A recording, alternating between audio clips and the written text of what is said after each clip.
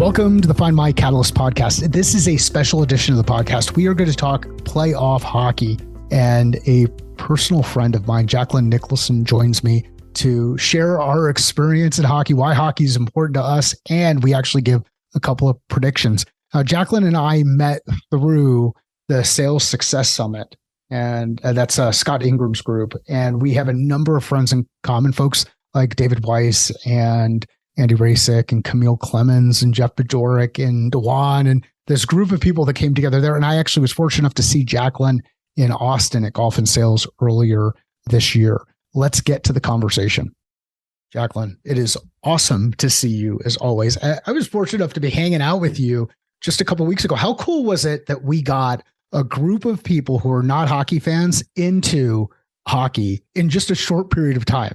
It was pretty amazing, actually. And doing one of y'all's favorite thing, golfing, now we've got a new little set of hockey fans out there. It's awesome. It's so much so that there's a text string that we're on where people were texting back and forth after the fact, cheering on my team, which ultimately was eliminated, but created a couple of Islander fans at Golf and Sales, which was really, really cool to see. And I'm shocked to continue to see stuff popping up in the text string related to the Stanley Cup playoffs. Why is hockey captivating? Why does it pull people in? Well, I mean, my perspective is a little bit unique. I mean, I've been a lifelong hockey fan. So since the early 70s, when I was a little girl, I grew up in the state of Illinois and was a natural Chicago Blackhawks fan as a little girl. So this is way back in the day. And it was my team. And when it was on TV, it was very exciting. But for a lot of us growing up, it wasn't as accessible as it is today. So I think what you see happening is more and more people are starting to get interested in it. I don't know if it's because of their presence across multiple channels, multiple types of media. There's more social media on it than there was even when I was really, getting hyped up about it in the early 2000s. But I think it's fun. There's a beautiful history to the game. There's so much fascination with the athletic ability of these people. I mean, just the amazing talent that they have to be able to skate while very large men are coming rushing at them with a full force and a stick and a puck flying at gosh knows how fast. And so people just get fascinated with it. And I'm just always looking to make converts out of people who aren't existing hockey fans, turning them into hockey fans. It was awesome to see it happen. Like we had people around the TV watching and getting excited about a game. And then Lee sent me a text. I think it was the Saturday night that I got home. And it was something to the effect of, why do I have hockey on my TV while the NBA playoffs are going on? So there's NBA playoffs going on? Yeah. Welcome to the club. So there's nothing like the first round of the NHL playoffs, because you have 8s that'll beat 1s like the Panthers just did, which was my God, freaking amazing. And unbelievable. You'll have other teams that kind of roll through, and nobody really rolled through. Like there were no sweeps. No sweeps. I think just Vegas won 4-1, right? I think that's what they did that over the Jets. I think that was it. And the Isles-Canes series, I was looking back at it after still not really coming to grips with the fact that the Islanders are out. And they really weren't playing good hockey toward the end of the season, and they were able to squeeze in. But if you look at that series, 4 games were decided by a goal. 2 of those 4 games were overtime. And then the other 2 games were blowouts on either side. And I still hold a really, really deep grudge for the penalties that were called in that game on the island. It was the officials were bad in that game. Anybody can tell you that. We're giving up a 5-on-3 early in the first period and got completely taken out of the game. So hockey, if you're not into it, you better get into it and go and just enjoy it. Like the energy. So how many times have you had an opportunity to go to a playoff game, like be in the arena during a playoff game? So I have had the distinct privilege of being in person at 3 playoff games, 2 for my favorite team, the Chicago Blackhawks, and 1 for the San Jose Sharks when we lived in California. It was a first round game. Both Chicago Blackhawks games, one was in game 4 of 2013 when they played the Boston Bruins and they won in overtime. And I had taken my 2 kids. We drove from central New Jersey all the way up to Boston for the game and then drove home that night. So we got home around 5 a.m. the next day. And I got to take my daughter as a college graduation present to game 6 in 2015 in Chicago where they won the Stanley Cup over the Tampa Bay Lightning when they won that game 2-1. So we were actually there when they won the cup at home for the first time since God knows how long, the 20s or whatever it was. And how many regular season games have you had a chance to go to? Oh, gosh. Just ballpark. Ballpark, probably about 30. So what's the difference between the atmosphere in a playoff game versus regular season? Oh, my goodness. So playoff games are just so loud and everybody's getting into the game. The seats are all filled. So a lot of times in regular season games, you won't have every seat filled unless, it's a really small stadium or you're like super dedicated fans. It's not uncommon in regular season to see a lot of empty seats. You will not see that in playoffs. It's full seats. There's a vibe that's going on. It's no longer the one period of overtime and then shootouts. You go until, somebody wins, which is very cool.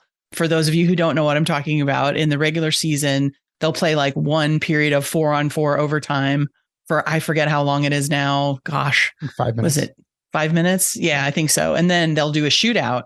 Whereas in the Stanley Cup, they will do 20-minute extra periods with breaks in between. So it can get very long if you go multiple OTs. And when somebody scores, it's over. The sudden death. The golden goal, whatever you want to call it. This was a game that I watched on TV, but I remember it was the morning of Easter Sunday when the Isles came back and beat the Capitals. They were down 3 Was it an Easter Sunday? And there was an Easter Sunday game. It was like a resurrection of the Islanders. It went into like a third was it third or fourth overtime? It was insane. I'd have to go back in and go through the details. Oh my gosh. By the time the game is getting deep into overtime, and I've got every piece of Islander memorabilia that I've owned. I'm a kid who now at this point we're living in New Jersey. It was probably 87 or 88, 86, 87, 88, something like that. We could go back to the details, but That's crazy. Got, like my Bossy jersey out there. I've got pennants out there, like everything that I'm doing to bring this stuff back together because I am going to help will this team to win. And there's nothing like the feeling of the win after that happens and nothing like how deflating the loss is. So there's an energy that what Jacquelyn is talking about, the energy that happens inside an arena during a playoff game. It doesn't matter what series it is or even what game it is. I mean, game sevens are absolutely phenomenal if you can get to a game seven. And there's an energy there that's absolutely amazing. It just keeps getting leveled up. But the energy and the atmosphere of a playoff game is indescribable. If you have a chance to go to a playoff hockey game, even if you're not a fan, you will feel it both in the build up to the game and while you're sitting or standing watching the game. Well, I think we have an answer on your Easter epic date with the Islanders. And that's what it was 1987. Okay. It was April 18th, 2020. The story was run. They did a story on the Eyes on Isles website on April 18th, 2020. Sorry. And so the LaFontaine date was. Did LaFontaine score? That's what I'm seeing. It's 33 years ago when it was. So now it's 35 years ago, right? No, 36 years ago that it happened. Yep. Pat LaFontaine. Yep. And he had to use a slap shot that beat Bob Mason to end the tie in the series. It's and they were down 3-1. I had to find that for you. That's awesome. And so there are, I was like, I want to know. These memories will stick with you forever, even whether you're watching them on TV or you're in the arena. If you have a chance to go in the arena, you've got to go. And if you happen to live in Phoenix, go to a Coyotes game. And if you don't live in Phoenix, come out sometime over the next 2 years and go to a Coyotes game. There is nothing like watching an NHL game inside an arena that is capped at 4,700 people. The energy and the intensity is phenomenal. And if you've got a favorite team and you are looking for a way to go to a game, come out to Arizona, enjoy the game. Let me know that you're coming out. Maybe we get out and play some golf or say hello at the game. But it's amazing to watch there. And there are a lot of people who give the arena a hard time because they're like, oh, it's a college hockey arena. But you have to sell the name of the college hockey arena, Mullet Arena. Mullet Arena. And how great is that name for not so named for the 80s hairdo. Not so named for the 80s hairdo. It's a family. It's a family who made their money, as I understand it, made their money in plumbing, either Minnesota or Wisconsin. And they provided a pretty nice donation to the ASU hockey program, which is a program that went from club hockey to Division I hockey. So now ASU has a Division I hockey team. And if you watch Coyote home games, you'll see the pitchfork on the ice. So it's awesome experience. And the Islanders are the only professional team that my entire family supports. Everybody else has adopted different teams. Nobody wants to be a Jets fan other than our 20-year-old Sean is now adopting them, just me. But they've all rallied around the Islanders. And I think it was because, well, actually, I'm pretty certain it was because we were fortunate enough in 2021 to go to Game 1, the Islanders Lightning series. Oh, we talked about this. I think I've seen the picture of y'all there. Yes, I love it. Well, so while we're talking about hockey in the 80s, and I'm wearing number 88 in celebration of this today, my favorite player, Patrick Kane, who's no longer Chicago Blackhawk. And I'm really excited to see it. Yeah, I'm excited to see that he was tossed out last night. That was awesome. It was awful. They deserved to lose. And just so you know, I don't love the Rangers. I hate the Rangers. I was just rooting for my former favorite player. But so you talked about 87 and Pat LaFontaine and that game-winning goal to end overtime. In 88, a very famous hockey player, the great one, was traded to the LA Kings. Interestingly enough, my very first professional hockey game in the NHL was at the old Chicago Stadium. And I looked this up in advance of our chat because I really wanted to know. And it was in November of 1988, November 6th. I went to see the Chicago Blackhawks play the LA Kings in the old Chicago Stadium. And it was one of Gretzky's first, 10 road games as an LA King. And so that was really amazing to me that I actually got to see Wayne Gretzky play hockey in Chicago. And I think the Kings beat the Blackhawks that night 5-3. That's awesome. And these stories, the other cool thing about hockey is the stories, for those who are fans, the stories go deep and broad. We moved from New Jersey in it's either 88 or 89. I forget. I'd have to go back through and do the math. But spring break my freshman year, we moved out to Southern California from a 2-year stint in Wayne, New Jersey. And before that, we were out on the island. But we were in Wayne. Make it Wayne. If you know, you know. And then we got, well, and that dog was absolutely amazing. So we also had a mascot. Sorry for the sidebar. We had a mascot at Golf and Sales, and Wayne. So Kelsey, if you're listening, Wayne definitely became the house mascot and was chasing tennis balls all over the place. We love Wayne. We moved out there, and I still have the Sports Illustrated issue where Magic Johnson is introducing or welcoming Gretzky into Southern California, and it changed hockey out in Southern California. Mm-hmm. It really started to build things up, because then you had the Ducks a couple of years later, which I know you really like. You're a huge Duck fan. I hate the Ducks. You know I hate the Ducks. How could you hate the Ducks? How can I hate the Ducks? Ryan Kessler. Jeez, come on. We don't need to go on about that team, do we? Well, it's funny. Your family's behind the Islanders. My family's only behind the Blackhawks because they're afraid of me. Well, that's good. But my son-in-law's family, they're from Southern California, and this is really interesting. So the two sons, Chris and Adam, are LA Kings fans. Okay. And the daughter, Erin, and her dad, Greg, are Anaheim Ducks fans. And their mother, Patricia, is Switzerland. Ah. She's like, I will not root for either team. And then the same goes with baseball. So they have some Angels fans in the family and only one Dodgers fan, which is the mom. And so we joke about that. But Switzerland shows very poor choices in baseball. That's too bad. She's just very neutral is what I mean. It's like she won't root for either team. She's like, I like the Ducks and the Kings. I'm like, that's not possible. The Kings went out pretty early too, and unceremoniously. Not early, but it looked like they were going to give Edmonton a run. So momentarily. If this hasn't convinced you to at least start watching playoff hockey, I've got nothing for you. But do it. True. It's worth getting in and seeing the energy and seeing the intensity. So these players, you'll see the players changing on the ice all the time. So it's not like watching soccer where you've got the same players playing 90 some odd minutes out there, competing against the same players and building up towards some kind of thing over time. They're literally changing every 45 seconds. And if you're out there longer than a 45-second shift as a forward, you're you're going to be in trouble. You're on the defense, you're going to be out there maybe a little bit longer. And you'll hear people talk about extended shifts, but you will gain an appreciation for how these athletes are able to play a game where there's this constant changing. Imagine you were doing a pit stop and you were changing tires on a Formula One race car every 45 seconds. What would that do to that sport? It's a little scary to think about.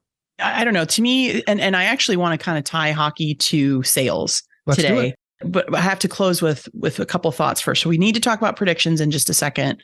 Okay. But if back to the Gretzky thing, if you've never seen the ESPN 30 on 30 or 30 and 30, whatever, those things they do 30-minute things. I forget what they call them. Yeah, 30 Sorry, 30. ESPN, if you're listening. You're not, but well, actually, ESPN, if you're listening, you can sponsor this podcast. Just send a note to podcast@catalystsale.com. Thank you. Yeah. And Dan Rosen has nothing on me, just so you know. So I'm coming for your job, Dan. The 30 on 30 Gretzky episode is mind boggling. If you've never seen it and you're even a mild hockey fan, you'll love it. If you're a true diehard hockey fan, it will blow your mind. There's parts of the story you don't know that they covered that are quite shocking. And it makes you sort of wonder what the hell Edmonton was thinking, literally. And imagine Edmonton if you're Leon Draisaitl and you're not the best person on your team. Was it Pinker? What is that? Was it Pinkerton? Is that who the ownership group was? I forget who the owner was back then, but I don't know. Not an Edmonton story fan, but they're such a dynasty. So the Oilers beat the Islanders in '84 when the Islanders were going for their drive for 5, which was the opportunity. The Islanders were going to win their 5th Stanley Cup in a row. And to put together a team that wins 4 in a row is amazing. To be able to hit the 5th, and I think the only team that's ever done that, did Montreal win 5 in a row, or did Montreal win 5 in 6 years, or something to that effect? I will go. It was something like that. So there's this history of the game where to be able to put a team together that can go that long, you're balancing how am I holding on to players too long? Am I holding on to players past their prime on the hopes that we're going to continue to go?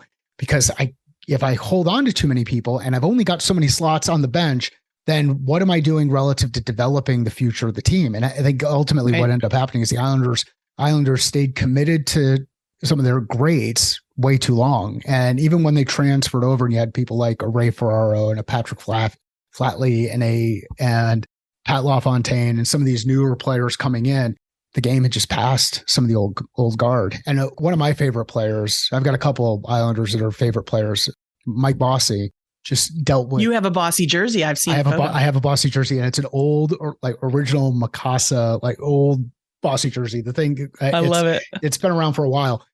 He dealt with injuries and to work through. So we will connect the dots between hockey and sales here in just a minute. I want to talk though first about some writing that you've done where you get into the vocabulary of the game. Why did you start writing about hockey? Well, so it's funny. I have always made the joke that I'm the official hockey spokesperson of wherever I work. So I'm the official hockey spokesperson. And my dream came true in 2014 to 2018 when I worked for this company called Percolate, which was sold to Seismic. So it's no longer in existence as a company on its own. But at that time, we actually were very privileged to have 4 NHL teams as clients. So the Chicago Blackhawks were a client.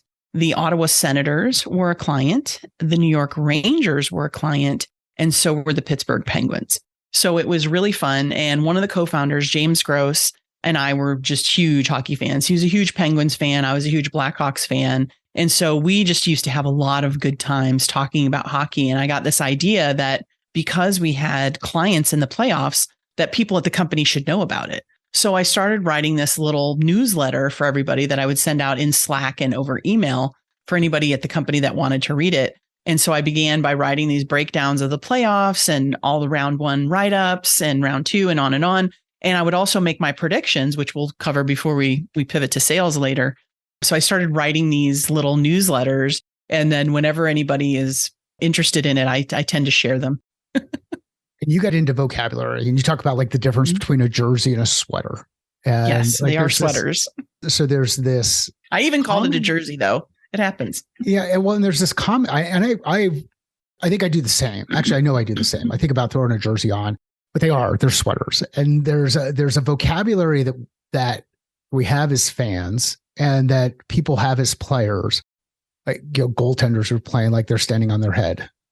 Like that's people are like, well, why would they stand on their head? And how would they play if they stand on their head? What do you mean? And then you watch someone like Dominic Hasek or Tim Brodeur or Billy Smith, and you realize, okay, these people are playing completely out of their mind. And Bob ended up beating the Bruins. Like, that was a huge, and the Bruins beat them. The Bruins beat themselves. Bob also came in and started playing goalie the way that he can play goalie, and Florida stole a series. They were down 3-1, too, and then and came back. I felt like Boston got complacent. Yeah, Boston got complacent. They played lazily. Like, after they won the first 3, they were like, "Oh, we got this," and it was stunning to watch. Because it's like they've got such great players, David Krejci and Brad Marchand, and Patrice Bergeron was out for a few of the games with injury, which is so hard to see. I mean, I've liked the Bruins since college. I know there's no love lost there for you, which is totally fine. And the Bruins are an easy team to hate, especially if you show up at TD Arena in a Blackhawks jersey when your team is playing them. They're not very nice, but they're not as mean as some places. That's for sure. There's worse places to be. Well, and when we mentioned team names, so you mentioned a couple of team names that Percolate worked with. So Ottawa, I think of Daryl Perel. He's a huge Senators fan. The Penguins, I think of Brian Fanzo. He's a huge Penguins fan. Rangers, Vincent Pugliese, who I saw again just recently. He's a Rangers fan. I've got a number of people that I know that are Rangers fan, and I just remember the days of being able to chant 1940, and I still don't admit that they actually won a cup between then and now, because they brought Messier in. And I think Mark Messier would take issue with that. He absolutely would take issue with that. And he's looking Hawks, good. You see him on the TV? Dude looks pretty damn good. I don't even pay handsome attention. Fella. I don't even pay attention. Like he's in that group. Jen is very glad that you don't. As amazing as he is as a player, he played for the Oilers, which I hated growing up. He played for the Rangers, which I hated growing up. Like, all of that. Once you've associated yourself with those teams, I'm done with you. Like, I remember Rick Middleton. I can't. So, I should be over all of this stuff. It's not. I didn't. See, our listeners are confused. Here's the thing. There's not a lot of rationality behind our hatred, and we're perfectly comfortable being friends with someone that hates our team. Yes. Or if we like their team only for the playoffs to help them out, it's normal. There's nothing crazy going on here. It's true. And usually the hatred will have something to do with a rivalry, of course, but then it could have something to do with a player that just annoys the ever loving crap out of you. Like Darius Kasparaitis. Like Sidney Crosby. I call him Cindy Crybaby. No offense, sir. I thought his name was Cindy. You're talented. Yeah. Cindy Crybaby. I don't like him. He's an excellent player, but I just don't like him. I just can't, and then some of the hatred of hockey teams has to do with old boyfriends or being jilted at a hockey arena at Christmas time. That's what happened to me. That's why I hate the Rangers. Now it's fine because I'm happily married with the love of my life. So it really doesn't matter. But this dude had the audacity at Christmas time to dump me at a Ranger game because his old girlfriend showed up at a game or something. And I was like, whatever. Memories. Your team sucks. He's also a Canadiens fan. Oh, what? Who like? Sorry, Chad. Understand. Yeah, I don't. Yeah, sorry, Chad. I hate the Canadiens. This is one of those sports where I also don't. As I get older, I guess I have an appreciation for different teams. So I have more hatred for specific teams and an appreciation for others. So getting into our predictions, I have okay. Kraken Stars. Kraken Stars. First. I love Kraken versus Stars. Okay, go ahead. So Kraken versus Stars. The Stars are playing really, really well. And I think Stars Knights would be an awesome storyline if it gets to it. But I am all in on the freaking Kraken. And they're your ride or die team. So they're my ride or die team. So I'm all in on the Kraken. Okay. You're saying Kraken? Well, I'm saying Stars in 6 games. Are you going to give a number of games prediction? Kraken in 7. Ooh, you're going the full series. All right. So I'm writing these down, by the way. Okay. Kraken in 7. I got Stars in 6. Okay. You ready for the next one? Let's go. So who do you think? Who's Vegas playing? Why am I drawing a blank? Edmonton. So Edmonton for sure that's what I'm saying. Big Jesus. How could you go against him? And Draisaitl. What do they have? 3 players that each got 100 points this season?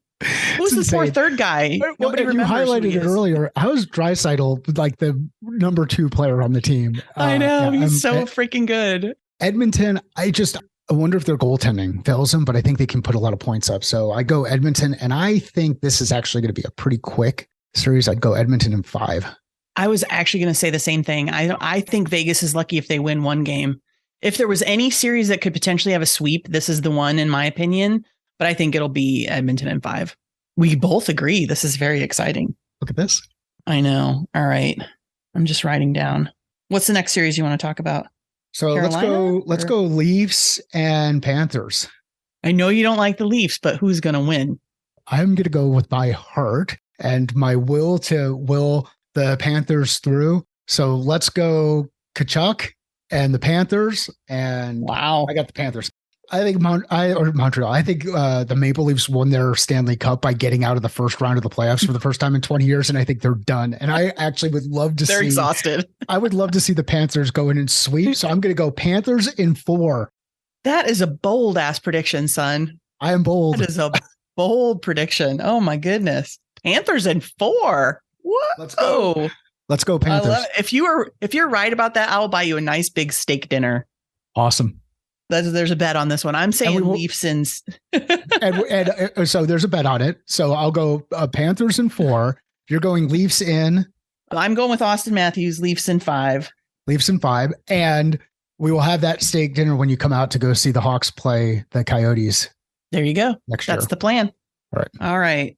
And last but not least, the Canes and the Devils. Now, oh man, this is a series. That New York game last night was so painful to watch. So just so you guys know, New Jersey Devils have been one of the best teams in the league all season. Excellent season, no doubt, right?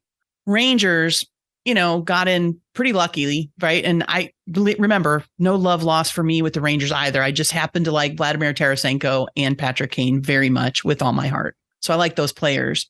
But the way that New York played in every game was embarrassing to professional hockey.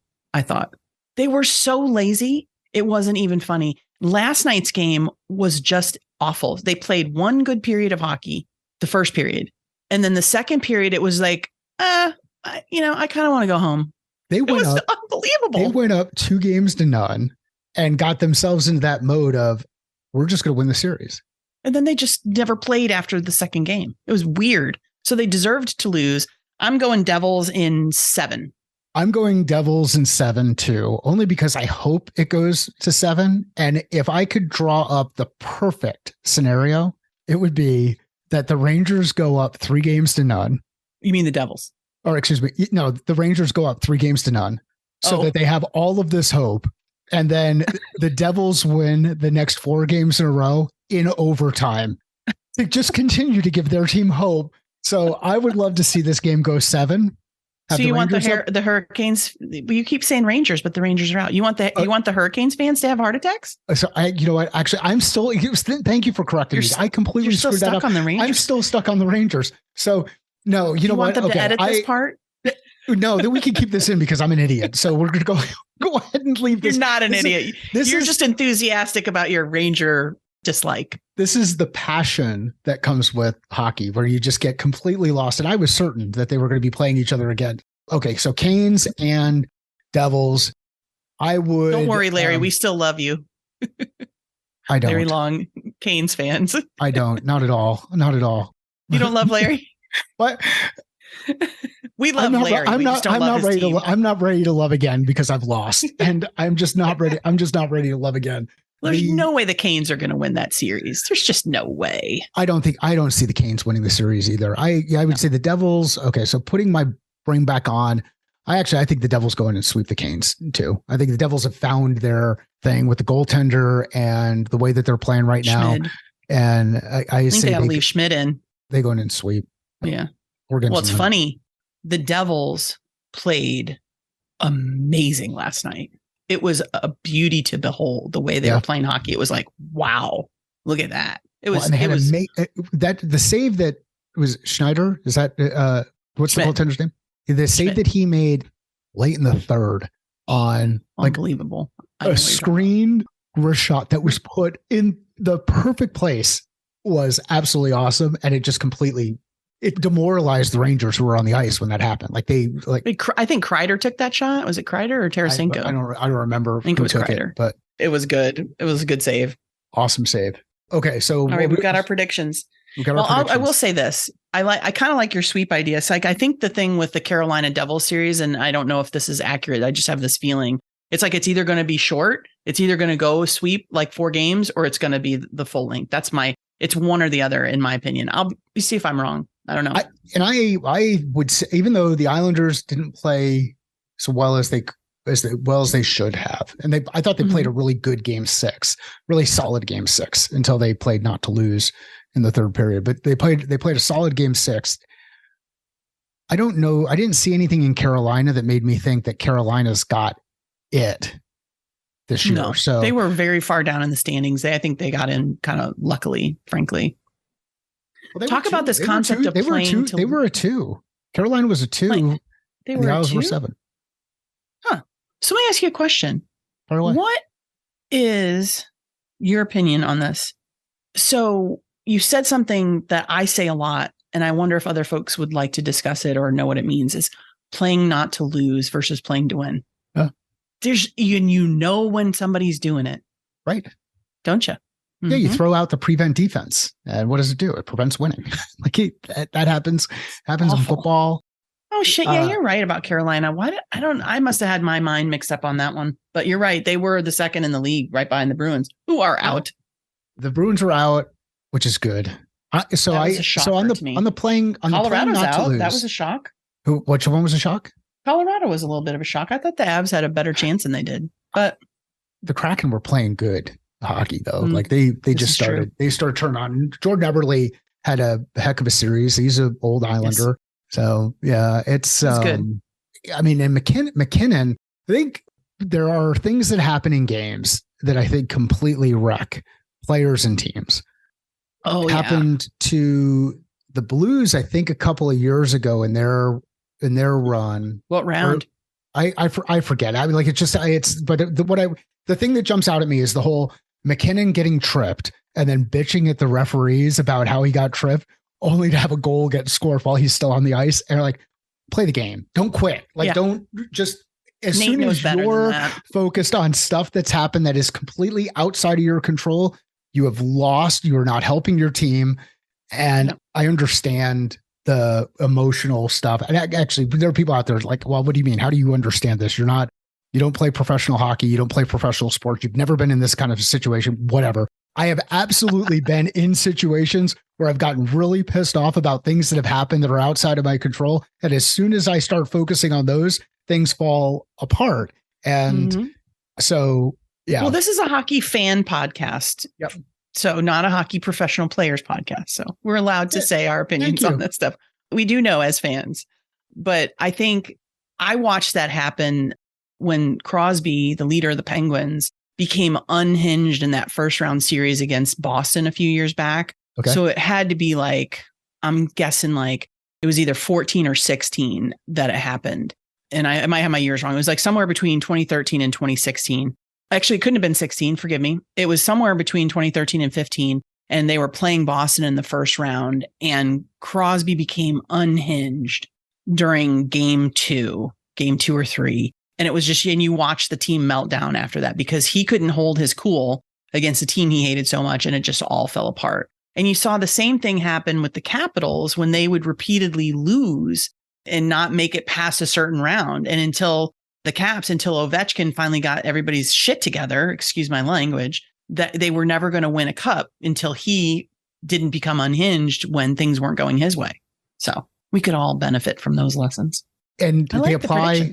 And they apply in all of the things that we deal with. I mean, I shared with you, I lost a deal earlier today and I'm just irritated. I did everything that I could to help make it work. I firmly believe that I'm the right person to work with the organization. But they made a decision to go in a different direction. So now you move forward. And you move forward and get back into the things that you can control. So what I can control is my outreach into other organizations. I can control how I engage with others. I can control a number of other things. What I can't control is the fact that a decision was made that didn't go my way. And if I sit here and dwell on it, it doesn't help me, my family, my customers, any of those other things. And I absolutely hope that the organization made the right decision because I want them to be successful, even though I would have rather them make a different decision. So it leaves room for you, though, to do other things. I was thinking this when you first told me. It's like, so a lot of times when we're presented with a decision that doesn't go our way, I often wonder whether you're a person of faith, whether you believe in God or you believe in just the benevolence of the universe. Is like, what is it leaving room for in your life to do that you might not be able to do if that decision went your way? Provides a high level of clarity. Like I said to Jen earlier, I'm like, I'm fucking pissed off that this is the way that it landed and highlights why we need to continue to move forward on some of the other stuff we're working on. So it provided a moment of clarity. And Catherine Adamak was on the podcast. I got introduced to her through Bajorek. She is a former U.S. Olympian in speed skating, a world champion, never won the gold medal in speed skating, but she did win the world championship, I think, a couple of times. And she was on a number of years ago. But the point that she made that has always stuck with me is experience is what you get when you don't get what you want. And that came from a coach of hers. Experience is what you get when you don't get what you want. And I like that. We need an opportunity to gain and build experience. We may not necessarily want that piece. We may want something else, but as long as you take the opportunity to learn from these lessons, you can move things forward and keep going along. So let's make this shift into the discussion around, as we already started to, in this discussion around sales and sports and commitment and process and all of those things. Like, how do you connect the dots between hockey and sales? Well, so for me, and I see this particularly in the playoffs because you have the opportunity to watch multiple games per night and to see how things are unfolding. So it's a lot of fun. It's a lot of hockey all at once. It's very concentrated hockey. And it, folks, unfortunately, it's round 2 now. It gets less cool. And we only have a couple games a night instead of like 3 or 4, but it is what it is. But I have this opportunity to just kind of be wall to wall hockey. And to me, it's the ability of goaltenders to either shake off what just happened or not shake it off.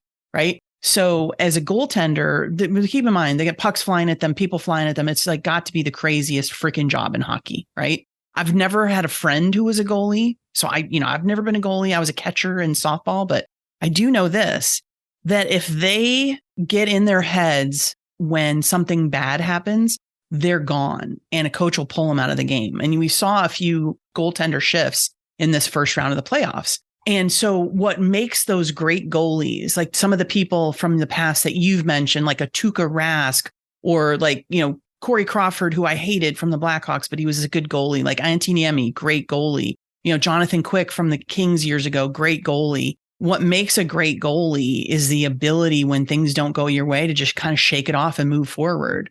Antti Ranta, same kind of thing. Bob Linsky, same kind of thing. Vasilevsky, same kind of thing. Why do you got to name Ranta? Why do you got to name Ranta? Ranta stole that series. I know. I'm sorry. He went from. I poured salt in the wound. I can't remember the last time I saw him in net to all of a sudden he's unstoppable. He's a star. The Isles can't score. I know. I'm sorry. I shouldn't have. I poured salt in the wound. I'm sorry, my dear. Forgive me. Forgive me, my friend. but it's right. And that. But great goaltenders. It's like and it's amazing to me how when they're dialed in, like nothing shakes them. It's crazy. And that is a situation that would rattle me when they get unhinged and the fans start chanting their name or whatever it is, it's all is lost. And so shaking off the hard stuff, learning from it and moving on is absolutely critical. It's a lesson for you, my friend, today, like shaking it off and like, all right, there's a lesson here. Like, I got to dig in, see what's here for me. But it's the ability to shake it off is really important. The loss and learn from it. And as Lynn Powers, who I just adore from Clary's, taught me at the summit last year, Sales Success Summit, shout out to you, Lynn, if you're listening. She talks about her favorite thing is when she loses a deal is when she goes back in because she knows that her competitor's not very good at implementation. and 100%. she wants to be there for the customer. Yep. So Okay, she so you swoops talked in about and is the hero. You talked about chants. What's the favorite chant that you've ever heard in a building? It's from your team. And it's probably what we should name this podcast. It should be Pequods versus Rays or something like that. Or Deep Dish Sucks. I think so. Say it again, because that is going to be the name of this podcast episode. What was the chant? The chant is from the New York Islanders when they were playing the Chicago Blackhawks at Nassau Coliseum, where they used to play, the OG. Deep dish sucks. Deep dish sucks. So there's a pizza insult wrapped into a hockey insult that the Islanders love to chant when the Blackhawks come to town. It's awesome. It's awesome. Like some of those chants, literally grew up with them. It's like 1940. Rangers suck. Like all of these things, they just are they're awesome to go back to. I know I could go back down memory road in there. So these chants, Deep Dish Sucks, which is going to be the name of this podcast. When that the ability to compartmentalize and move on, the ability to lead a team, the ability to count and trust that person between the pipes is going to be there. And it's amazing how much bigger goaltenders have gotten these days. I mean, now you've got goaltenders who are like 6'6", 6'5", and just massive people standing in front of the net. But to be able to trust that someone's got your back, and think about that as a sales leader out there. Mm-hmm. When the world is falling apart in your revenue team and you're not hitting your numbers and you're getting the pressure from the board and everybody else inside the organization is questioning what you're doing, are you there as a stable voice on behalf of your team? Are you making the right choices? Are you making the tough calls? Are you getting the team to rally around? Or did you play Cindy Crybaby and start bitching about referees and moaning about all the other kind of stuff and then have the team fall apart around you? Because they've seen you fall apart. They see you fall apart. How do you well, it's the leader that lets the crap roll downhill as opposed to, having their teams back, for sure. Actually leading. Mm-hmm. Yeah, lead. I want to talk about the stick guy next. The stick guy. I don't know if the stick guy has a name, but if you know, you know. So for those who don't know, there's a person behind the bench, a guy usually, because this is a sweaty, smelly sport and ladies are a little bit above that, right? Made of like sugar and spice and everything nice. I would actually like to be the stick guy. So there's an equipment person behind the bench that literally has his hand on the stick of the person who has the puck every second of the game. And if you've ever watched it, it's absolutely fascinating. And their hand goes from stick to stick, depending on who has the puck. Why? Because if the stick breaks, that guy's got to get the right stick into the player. And if he gives him the wrong stick, it could be a problem. So awesome. The stick guy's amazing, isn't he? You ever seen it? I didn't know that and I never noticed it. And now we'll watch for it. Now you'll be looking for it. It's insane. There's some cool videos. Like if you look at NHL's Twitter feed, like they have the guy who's got the stick, like his, and I'm assuming that every team does it. There may be teams where they don't feel the need to do that, but there are teams who are pretty dialed in about this. And there's an equipment person that's got the hand on the stick of whatever player's got the puck at the moment, ready to get a new stick out to a player. So for me, this is kind of like the support that sales has around them, right? So if, something in your process is broken or you don't have a piece of collateral or you don't have the right template for your order form or your master service agreement, whatever it might be, who's got your best interest at heart in terms of the equipment that you need to close a deal, to do your book of business, to do your work, right? It could be the sales engineer that does your demos or preps with you. It could be your RevOps team who's helping you prioritize your outreach to accounts, whatever it is. Like they have to be ready at a moment's notice to get you what you need, get it in your hands. If something's broken, to fix it and to just equip you to go out and score the next win. And I love I don't know if this is an analogy or a metaphor. Those are two words I completely butcher all the time. But I love whatever this is. Let's call it an analogy. Is it an analogy or a metaphor? I think analogy is probably closer because a metaphor is simply a phrase of like, it's raining cats and dogs, because it's not actually raining cats and dogs.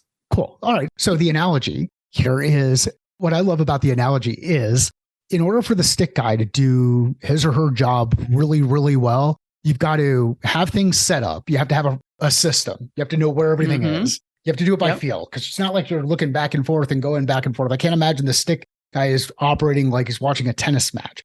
there's got to be this feel where I'm constantly moving my hands across this instrument that's behind me, where I know which stick I've got to be able to hand off. And so now I need to understand the solution in the context of the people who have a problem, those folks that are out on the ice who have something break.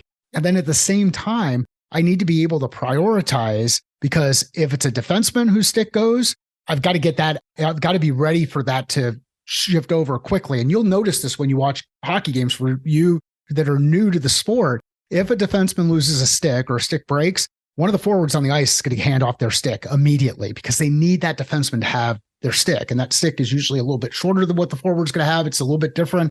It's weird. They're going to hand it off immediately because it's a priority that the defenseman has their stick. Absolutely. And I think when we were together at Golf and Sales, somebody was asking why the goalie even has a stick, right? Didn't somebody ask us that night we were hanging out? I remember. I was so into just watching the games, and I was just kind of a couple of key takeaways from Golf and Sales. Number one, Wayne took it to Bevo, was just kind of taking Bevo apart. And Wayne took care of Bevo. Larry Long Jr. likes apologies to the pie.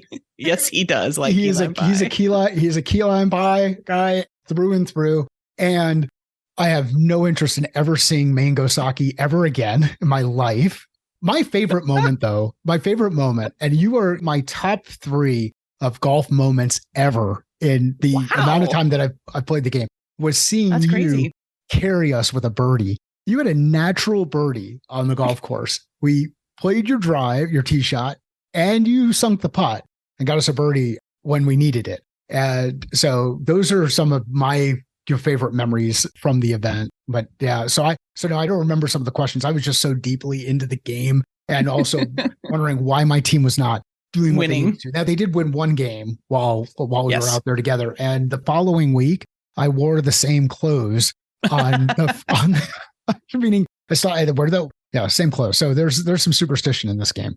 Well, it was wonderful. I think the moment that I remember outside of the golfing, because that was really just very special, but it was really when Scott Leese kind of looked at me in response to a question or something that I said. And he says, why the hell do you care what people think of you? And he just went off on this amazing diatribe that Shelton Banks captured, and it's on LinkedIn, where he just said, like, somebody's going to give me my shot and they're never going to regret it, because I'm the best undrafted free agent that you're ever going to see, and somebody's going to benefit from it. It may not be you. It was just like, wow. Like I kind of sat there in stunned silence of, what he had said.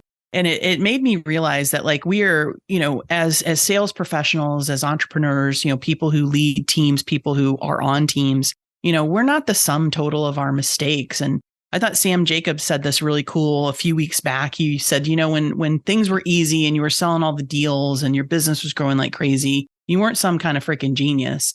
And just because things are hard right now doesn't mean you're an idiot. It just is what it is. And we're not our mistakes. We're not, even our best moments. We're the relationships that we have. We are, we're defined, I think, by the impact we make on other people's lives, because we're only here for a little while, and the kind of legacy we leave behind with our families, with, people we may never know, is, to me, what I'm chasing after. That's what I'm about. I mean, I love being in sales because I love to solve problems. I love to help people. I love to mentor people. I love to lead people. But this is a temporary thing here. Like, we don't live forever. And it's like, what kind of positive impact can we make for people? Right. And so that's, for me, what was so special about Golf and Sales, is it made a real impact for me.